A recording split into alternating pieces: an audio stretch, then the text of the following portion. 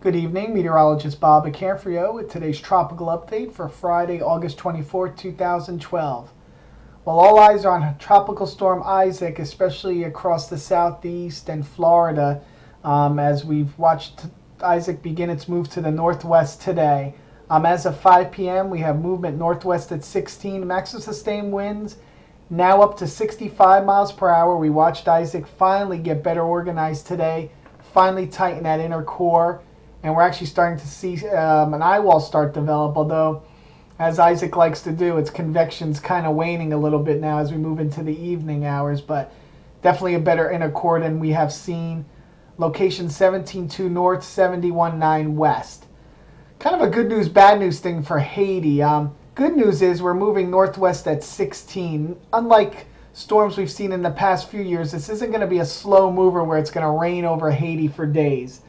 The bad news was that, Isaac had to start to strengthen just before it's going to reach Haiti here. So, yes, going to be some loss of life here probably, but it could be worse with a slower moving system and even a stronger system. So, kind of a good news, bad news thing. It's going to move right over the western tip of Haiti here tonight. And then the track's going to be interesting. I'm going to show you where I am with the track, but this is the current National Hurricane Center track. It did shift a bit east today, especially in the next the 48 hours here. This part here really shifted farther east than this part up in here, because we saw the models really shift east even more in the near term than the long term. But overall, everything shifted a little east today. So now you're seeing most of the Florida Peninsula almost back into the cone again, except for the extreme northeast Florida and then east central coast. Tropical storm watches are now in effect for all of the Florida Keys, and then west coast of Florida, east coast of Florida, south of Jupiter Inlet. This includes Lake Okeechobee, and then south of Bonita Beach here on the west coast. Just to let you know, these could be switched to hurricane watches by tomorrow if Isaac does not move over as much land as we think over Cuba. That's where the question mark is coming in with intensity here. These storms like to bounce around when they hit land. We've seen it before. And it's very possible that as this comes off, it might want to bounce back into the water. Boy, it could bounce back onto land. It's going to be very interesting. If it gets more into water here, over like eastern Cuba, it'll go over this water longer, which means very possible we could see a hurricane bearing down, a Category 1 hurricane bearing down across South Florida and the Florida Keys by like late Sunday afternoon. So that's why these might switch to hurricane watches. We're just going to see how much it really goes over Cuba here. And that's going to be the key to South Florida and the Keys, whether they get hit with a hurricane or just a tropical storm.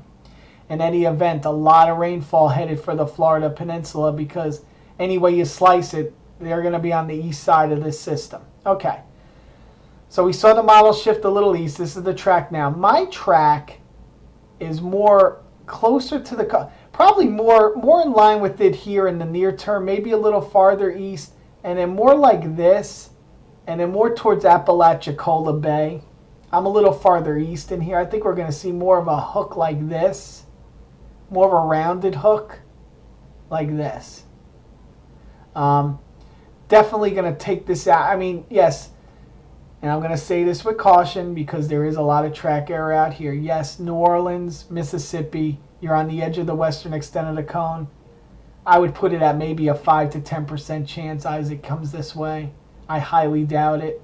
I think pretty much you guys are in the clear. But yes, you are still officially in the cone. So, the next few days, especially over the weekend, let's just watch it. But we only have one model out here right now. That's the Euro, and it's even come a little farther east in a day. So I don't see it coming this far west. I am more on this eastern slot here, and that's where I'm officially going. Okay? So those are my thoughts on the system. Take them as you may, but that's what I think is going to happen.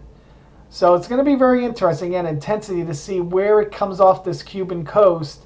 And that's really going to be its effects for South Florida and the Florida Keys. So you're really going to watch that. But you're on the tropical storm watches. Definitely the time to get prepared. especially all across the Florida Peninsula. This is probably times to really start making those preparations because, as you see, Isaac is definitely headed your way, and definitely some portion of Isaac is. All right, so that's where we are with the track and everything else. Let's look at the visible satellite here, and you're going to see definitely easy to track the center now. Right in here, starting to try to build an eye wall. It's not going to have enough time really because now it's going to start getting affected by land. It probably already is by Hispaniola here. We've seen the convection kind of waning a little bit in here, although the inner circle's still pretty good here.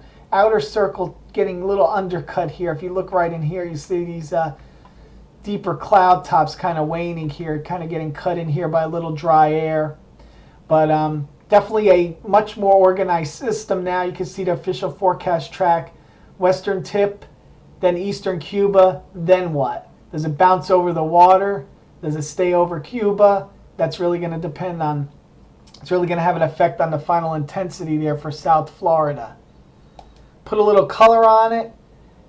Yes, the convection's waning a little bit and it is getting cut, but you can see inner core, and you can see a little eye wall trying to build here is definitely there now. If you look at these last few frames. So it's definitely much better organized than it was yesterday.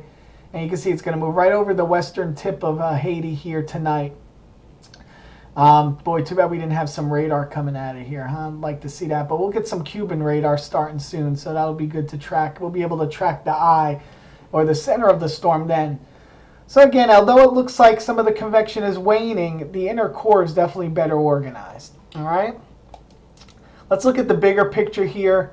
One thing that stands out to me right away, western flank here of the outflow is much better than yesterday, as we see the trough starting to lift a little farther north. And so the shear isn't as bad in here. Great outflow really everywhere now. So this storm is definitely breathing. It's large, guys. That's, again, the size of this thing. So even if it does move over a little bit of Cuba, it's not going to kill it, but it would prevent it from becoming a hurricane before reaching South Florida. That's where it's going. But it's a big enough system. Wind field's big enough that the entire Florida Peninsula is definitely going to feel the effects from Isaac. Shear, again, we have that nice anticyclonic flow over our system, which needs it to breathe. There's going to be some great outflow channels from this system. And that's why I said we really have to watch if this doesn't go over a lot of Cuba. Definitely could be looking at a hurricane bearing down across Key West, across the Keys in South Florida. So really got to watch that. I've been stressing this 4 times already in the video that we want to be prepared for that. Okay, guys. So I mean, definitely the outflow is good, and I'm going to show you the heat content in this area too, and that'll kind of catch your eye. Steering currents, again, here's our weakness. Boom, it's going to come right up in here. That's where Isaac's going. High pressure here, weak high pressure here, right there. Okay, heat content. I kind of stole this from Weather Underground. Thank you, Dr. Masters. Well, he actually put the little warm eddy, cool eddy in there. I'll have to give him credit for that, but I love this. This is a great graphic. And just look at this heat content right up in here, just north of Cuba. So what I'm saying is, as it comes here, and I think this is the old track maybe. I think the new track by the National Hurricane Center is a little farther east than this. But anyway, I just wanted to kind of show you that if it does bounce off the coast here of Cuba and gets into this warmer water here, we could definitely see a hurricane bearing down and possibly making landfall across southwest Florida here. And the east side, you know, that's going to put into big city like Miami, West Palm, that whole area. Could be on a nasty side of this storm. So I want everybody to be aware of that. Then as we get up in here, of course, the water cools down a little bit. But still, I mean, if we have a Category 1 coming through here, it's most likely going to make landfall as a Category 1 up here. I doubt it would really weaken. The outflow is going to be great. Would it strengthen much more than that? That's hard to say. Again, the way the intensity forecasting is, this could be anywhere as from a tropical storm to a Category 2 in here. That's what you got to know. You got to go up a couple categories, down a category. So that's where we would be in. So then be aware, of course, the Panhandle. You guys would be next. The official forecast, again, takes it more, just east of Pensacola. I'm more towards Apalachicola Bay. So there we go. That's what we have here. Models, here we go. And you can see the consensus. And even the National Hurricane Center really is kind of left, as they will say, of the consensus. They're out here still. I'm in here. You know, I'm definitely in this area here. So we've seen the model slowly shift east. We've seen a lot of the GFS ensembles starting to cover up the peninsula of Florida again. New 18Zs that just came out again. Pretty much the same thing we saw at 12. This general trend right through there. GFDL hasn't been performing all that bad this year. It's been okay. Just wanted to show you this one. And again, Category 1, and then basically taking the National Hurricane Center track there. HWRF, a little weaker with Isaac. I don't know why. It moves over less of Cuba. But again, basically the same track as a GFDL. And then we're going to run the GFS for you today. This is the 12Z, you see, making landfall southwest Florida. And then right kind of just west of where I would think it would go. It's more near Panama City. And I am more near Apalachicola Bay. So that's what we have here. Again, Florida Peninsula would be on the east side, nasty side of the storm. Entire west coast of Florida would be affected by this system. And again, that's where we're at here. So let's go back to our time frame here. South Florida, the Keys, you're looking at weather starting to go downhill tomorrow. You're already getting some squally weather coming in right now. And basically that's really from convergence. Not kind of indirectly from Isaac, but more of a convergence from the northeast flow up here to southeast flow here. So we're getting some convergent bands already coming across South Florida. That's just the beginning of your major rain event here. Weather will slowly go downhill tomorrow, and then basically Sunday morning on, it really starts going downhill. And again, you might be could be seeing a hurricane knocking on your door by Sunday afternoon. And again, as we go farther here, Tampa area, we know Republican National Convention this week. The worst of your weather would definitely be on Monday into Tuesday, and that goes for the entire Florida Peninsula. I have some friends. I live in Northeast Florida. So for us up in here, our weather will start going downhill Monday night through Wednesday. A lot of rainfall. Florida does not need much more rainfall. We've had our share of rainfall. We're still recovering from Debbie up here in North Florida. Any more rainfalls, really, we're at flood stage already just from our excessive rainfall in the month of August. This is probably going to be devastating for this area again, unfortunately.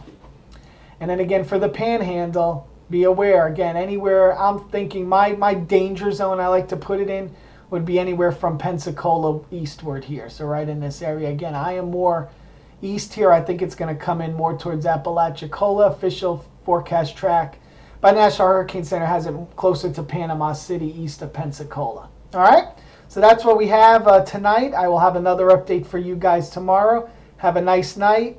You can post comments at weatherbunker.com. I have a blog there. I also take comments at YouTube. Just look for me under Weather Guy 03. Have a good night.